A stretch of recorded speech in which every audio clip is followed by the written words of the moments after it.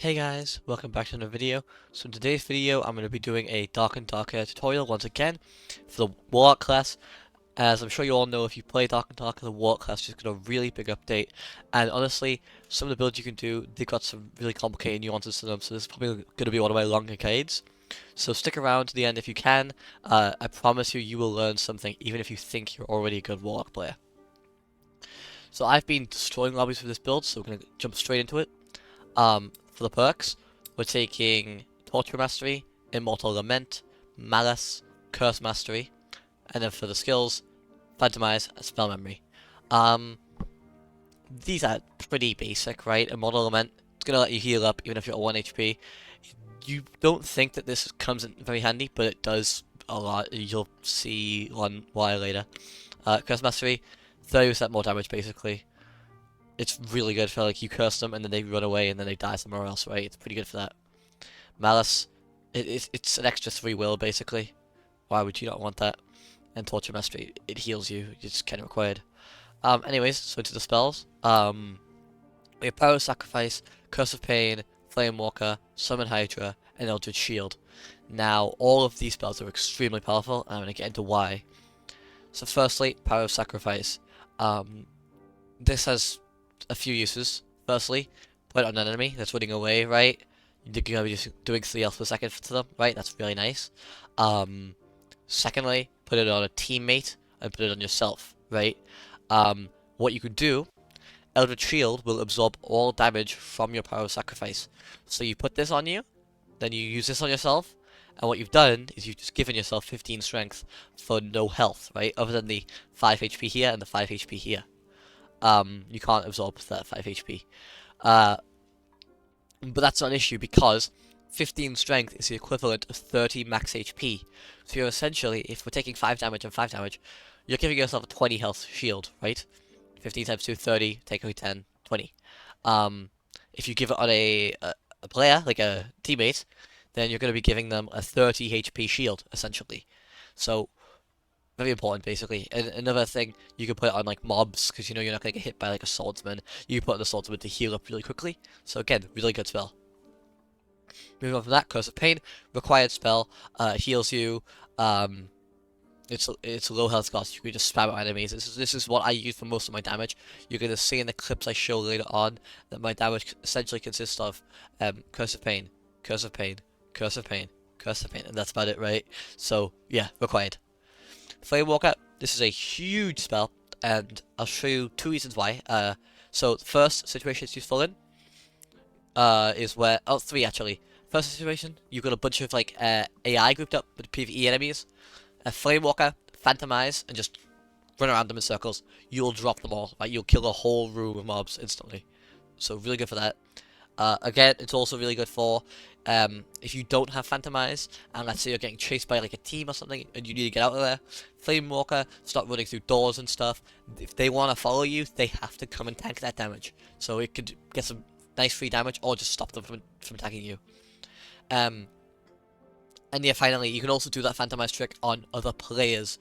So if you think there's a low health player, you want to target them, but they're kind of being shielded by the team, you can Flame Walker, Phantomize, walk through their whole team to this guy, circle them with your Flame Walker, and he'll just drop dead. Because you could go inside players with Phantomize. And so you can go inside them and just follow him around with Flame Walker, and put it right under his feet. So next up, Summon Hydra. Now this spell. Woo! This spell is crazy. So, I'll show you why. On a surface level, this spell seems really good. You summon a Hydra, it does the fighting for you, right? On the second level, this spell seems really bad. If you put this down, it won't even be able to solo a skeleton. That's how bad it is. But on the third level, so I'll tell you why this spell's good. Three uses, once again. The first use, it can be used to disrupt enemies. You summon a Hydra behind the enemy. Oh, you summon, I have 4 uses, I guess. Summon the enemy behind the enemy team. It's going to distract them, they're going to get disrupted, they're going to, like, group up, try and find cover and stuff like that. It can displace them, okay? Even though they don't really need to, they could probably just dodge it or tank it. But, that's what they'll do, mostly. And then, secondly, this Hydra can also detect hidden targets.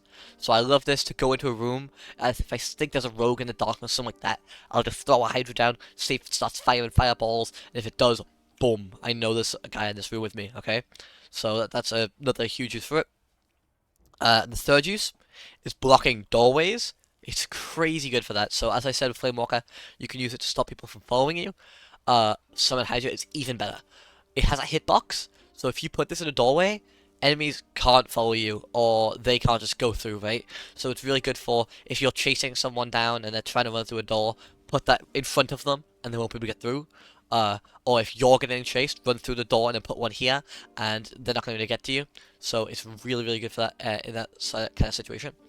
And the fourth and final use of the Summon Hydra is the main one. If you have over 2 magic healing, you are able to summon this Hydra for 15 health, power sacrifice it for 5 health, and then curse pain it for 5 health, for a total of 25 health costs, but you'll get about 45 HP back. So, once you're at about plus 2 magic healing, you can infinitely gain health from your Summon Hydra.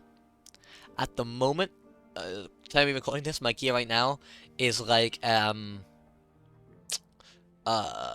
don't know, like 5-6 magic healing, I think. So I heal 1 HP to full HP by summoning Hydras, like 10 seconds, right?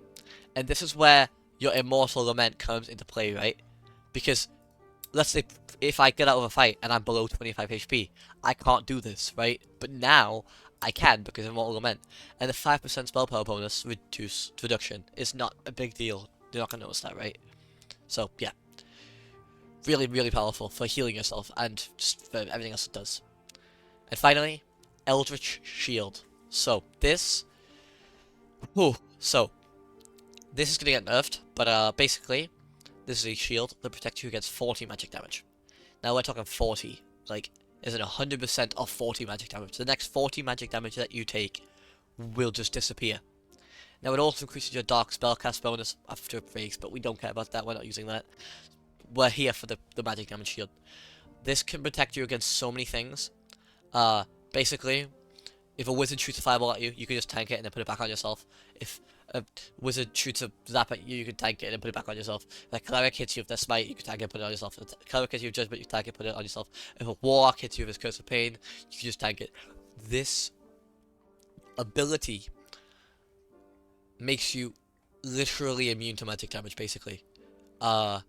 Including your own. So you can Eldritch Shield, and then you can Power Sacrifice, as I said. You're giving yourself 15 strength for free.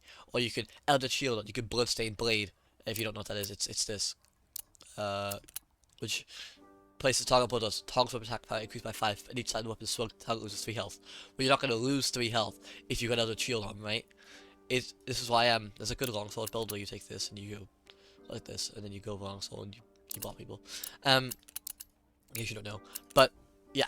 Crazy spell. Literally immune to magic damage. I don't understand how you can go and not run this. It's just crazy strong. But anyways, Phantom Eyes is super useful because with this build, what I like to do, stack magic damage, stack will, stack knowledge, and essentially you're just trying to be a pure spellcaster, right, kind of thing. So Phantom Eyes is really good for just getting out of tight situations. And again, the synergy with Flame Walker on Phantom Eyes is so good that you can basically attack people out of Phantom Eyes. So you're completely invulnerable to all damage, and you're still attacking people. It's crazy. So yeah, really, really strong. Moving on to gear. I'm showing you my gear that I'm rocking right now. Nothing too crazy. I picked this up in the ruins. Did some games with my friend, some naked games, when we came out with a lot of profit. And this gear set as well, as he got a really good gear set too. So, firstly, Spellbook. Big magic damage, spellcasting speed, right? As I said, magic damage is your go-to thing for damaging. You're basically just going to be spamming Curse of Pain on people. So, that's going to help, right? The necklace here, we got knowledge for that spell capacity and the spellcasting speed. Magic power again for the extra damage. On here, this is crazy mask. So we're getting tons of spell capacity and all attributes, right? So really, really good. Tunic here, I really have it for the magic healing. Okay, that's huge. The gloves here, magic damage. Ring, magic healing on the pants. memory capacity, add, knowledge, and will on the boots. These are actually pre-nerf occultist boots. If you could get your hands on a pair of occultist boots that are pre-nerf, you'll be running faster than every other class in the game because they have 14 movement speed, so which is crazy good. So yeah, the normal occultist boots are still good as well, but the pre-nerf ones. Anyways, Ring of Courage, 2 strength, 1 all attributes, right? The 1 all attributes is really nice. The strength is good too, right? All the strengths like I have on my gear is really good too, right? But just not as good. Then there's Cloak, 3 strength, 2 knowledge, spellcasting speed. This Cloak I think here gives me 9% spellcasting speed alone, which is really strong. And then my Longsword just some +2 all attributes thing. I like bringing Longsword because I'm really good with the Longsword. I've trained a lot with it, so I know how to get my post off if I need to. It just helps me out when like I don't have my Phantom Mass or something and I need to go into melee. Or like I'm clearing out mobs, I can just riposte a skeleton and just like clear like 2 or 3 mobs with like a cleave shot. So you can take whatever weapon you kind of want, but that's my preference. So yeah, as you can see, it's basically get 19 memory capacity, and once you're at 19 memory capacity, you're gonna take as much magic healing as you can, and as much spell damage as you can, right? And like speed and stuff like that, magic power, stuff like that. Anything that increases your amount of spells you can sling out, and the amount of damage you can do with those spells. That's what you want. Bringing it back to these spells, something I actually really forgot to mention, so my bad, is that when you're putting your spells on, you won't be able to do all these from base gear, right? So from base gear, you'll be able to equip this, right? And you can even throw in a Bolt of Darkness, but don't do that. So you can throw on this as base gear, right? But what you should do is, let's say I'm at base gear, right? Pretend that this is 9, right? You should put these on. Then, you should put this here, and this here. What that will mean is that as soon as you get 13 spell capacity, you will unlock this. So let's say I have this on, right? And I just leave these 2 blank. I go into a dungeon, I get some padded leggings, I'm like, oh, I have 13 spell capacity. But I can't cast Flame Walker because it's not on my bar.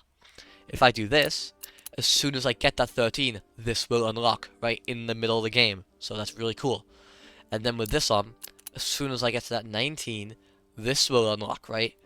So super cool. Again, you don't need to go back to the main menu. You can use whatever you found in the game to just, boom, have it straight away, right? But yeah.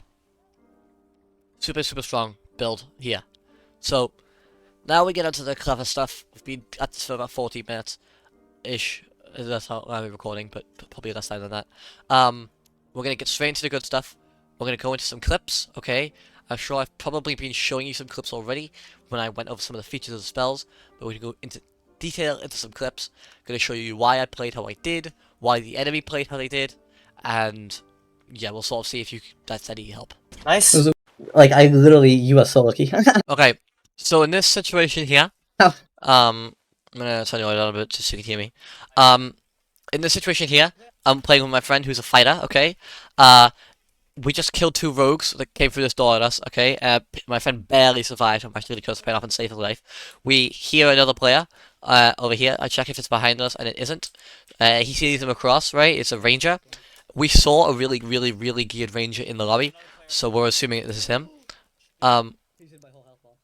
Basically, I get shot here for like my whole health, and I get really scared here, right? So you'll see I eldritch shield straight away as soon as I see the other warlock because magic damage. I get hit. Not that big of a deal though. I put my Hydra down, you can see right here, and I start cursing up my Hydra, right? I see the ranger, so I'm just trying to LOS him. And you can see I'm getting health back pretty quickly just from my Hydra. I try hitting the skeleton up here too, I think. In a second. Yeah, here we go. So again, playing health, right? Playing for health. Because I was super low. This is what you can do as a warlock. Play to warlock strength. I can disengage and come back full health easily, right? The ranger can't really do that. He has rations, but they're limited. So I think I'm going to come into him on Flamewalker here, so I Phantomize, chase him down. This guy's clever though. He puts his weapon away and he starts running a bit faster than me, so I don't actually end up getting too much damage off. I see the Warlock though. It's actually Rogue. I curse him. I pull back here. I think I kill the Rogue. If you look in the kill feed, I think he drops my Curse of Pain. Maybe not. So yeah, again, healing off my Hydra. Ranger gets away for now. We see him again right here. It's now kind of a 2v1 situation. except my friend gets ambushed by the rogue, which is fine. Um, I just keep bopping the ranger, which is somehow not dead. My friend hits him with an arrow, and then the ranger dies to the curse of pain. And we check his gear, and he is pretty geared, right? He's got some really, really nice stuff, as you can see. So again, that's a situation of basically, I played to my strengths, right? I kept him at medium range, so I was always able to spam curse of pains on him. When I got really low health, I just fully disengaged, healed myself up, went straight back in, right? Using my hydras to heal myself, and it was just really strong, right? And using Flame Walker, Phantomize, everything I have to my ability to get the most out of my class, right? Uh, Next up, we see this team right here. And on this bridge, I decide to just full push them. I'm healing off of my Hydra right here, I think. I'm actually not. I'm half health. This ranger has a crossbow, right? And the cleric, I phantomize. Bad idea. 50% of magic damage goes through phantomize. Cleric hits me right here, and there's a lot of my health. So I straight away, I just full disengage, right? I jump down. I drink a healing potion, and I start healing myself on the skeleton and my Hydra. I put curses on both of them, and look at how fast my health goes up. Huge, right? I come in here and I flank them. I get the cleric down. I don't see the ranger, so I just loot him up, and we get back to circle. I see the ranger here. I end up cursing him, but I get a bit scared. My teammate leaves, so I just get out, right? So this right here is another pretty good clip. You can see just before the fight starts, I give my fighter eldritch shield, give him power sacrifice. He now has an extra 15 strength. He goes on with a longbow here. He kind of gets jumped by the barbarian that we don't see. In the corner, he throws an explosive bottle at me, so I'm kind of pushed out, which was sort of my fault. I was hoping I could get some picks of my curse of pain, but I actually do get the warlock there, but my teammate dies, which is I couldn't help him sadly. I still feel confident in this fight though, so I come back in, get some curse of pains off on them. Fit myself through the door. Try to get some riposte, but this warlock plays really well. He phantomizes. Barbarian's throwing stuff at me, so I get kind of scared. Flame Walker, Phantomize, go for the low health, right? I know the Barbarian's low health, so I chase him down with Flame Walker. Boom, he drops. Look at that, boom, huge. Then onto the Warlock, literally pull my sword out, tank through his damage, and get him. We get on this fight. As soon as we start, I put up my fighter, Eldritch Shield, power sacrifice, yep. He goes in here, I buff myself up Eldritch Shield because I see there's a cleric. Rogue comes in on him, which is kind of bad. He actually gets the rogue killed. I tell him to get back, and I just basically chase down the, I chase down the cleric here. As I said, spamming Curse of Pain, this is how you just do damage, right? I'm doing crazy damage to him right now. See the rogue over there. I basically just trying to LS the cleric's Holy Strike, which he misses twice right here, which is kind of crazy. As you can see. And as soon as he does that, I hit him some more. He's really weak. He's decided that his best idea is to rush me with his abilities. I'm assuming he's low, so I try and go for like a riposte on him. Which I do, and I kill him. This fight here is probably the hardest fight we've fought in our 4 hours time. So I'm over here fighting this mage. Again, Eldritch Shield just fully tanked that blast, right? Anyways, behind us, we hear a door open. I'm like, is that you? And basically, a whole team jumps out, a ranger and a warlock, with both with way better gear than what we have, right? So immediately we're like, okay, we're outgeared here. I just debuff that up, and then as soon as I see that he's winning the fight, I find out there. I tell my friend to get back too. He runs that way, I run this way. It's whatever. I shield myself up. My priority right now, I know I can't help my friends, so it's just on staying alive, right? I summon my Hydra, heal off the Hydra, heal off the skeleton, and in a matter of seconds, I'm full HP, right? So I basically go through this door, try and meet up with my friend, which I do. We meet up in the shrine room over here, and then right here, I warn my teammates that the enemies are coming, the 2 geared players. But my friend's super low in health, so he's gonna try and wait for the life shrine if he can. He doesn't really have any healing. So I'm kind of 2v1ing right here. This is kind of funny. I Flame Walker, Phantomize, do a lot of damage to the Warlock right here. And builds an distance. Hit him with a Curse of Pain. I know he's gonna be low, so I decided to Hydra on the Ranger. It lets me heal, but it also lets me do some damage to him.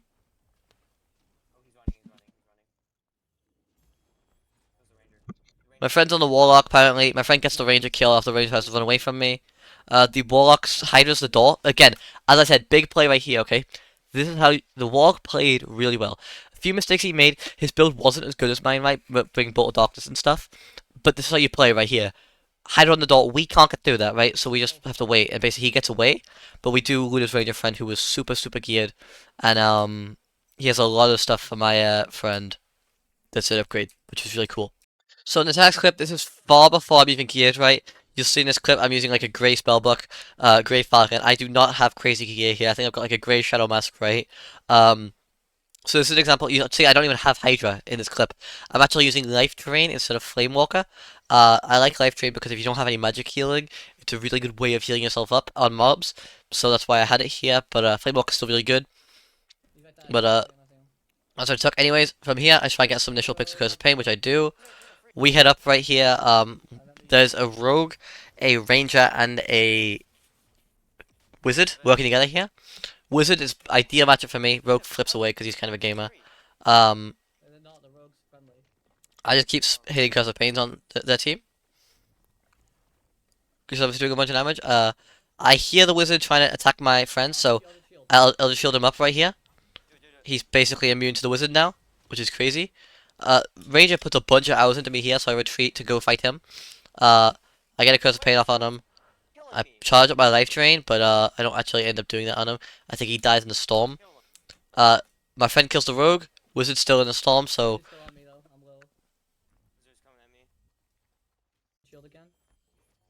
Yeah, I'm healing up with bandages next because I don't have Hydra yet. If I had Hydra, I would Hydra and I would heal off of that right now. But I don't, so I couldn't. So straight off the bat here, I'm killing these wolves with Flamewalker. As I said, really good for PvE. My friend says there's people. There's a Warlock here. He's really quick to kill. He think he's here, but magic damage still goes through, so he dies. Then this I think it's a fighter goes down too. Then there's another rogue over here, so I riposte him here and then I kill him. Pretty simple stuff. When they're ungeared like that, you can kind of just like go up and riposte them if you have a longsword, which is why I really like the longsword. But yeah, I like the position this guy died in. So with that, I'm basically going to conclude the recording. I think this is probably, I mean, I don't know, this is a fair enough length for a guide. I hope I've cleared everything here. If I haven't, feel free to leave questions in the comments below. There are some other really viable builds on Warlock right now, but I've been having a lot of success with this kind of pure spellcaster kind of build.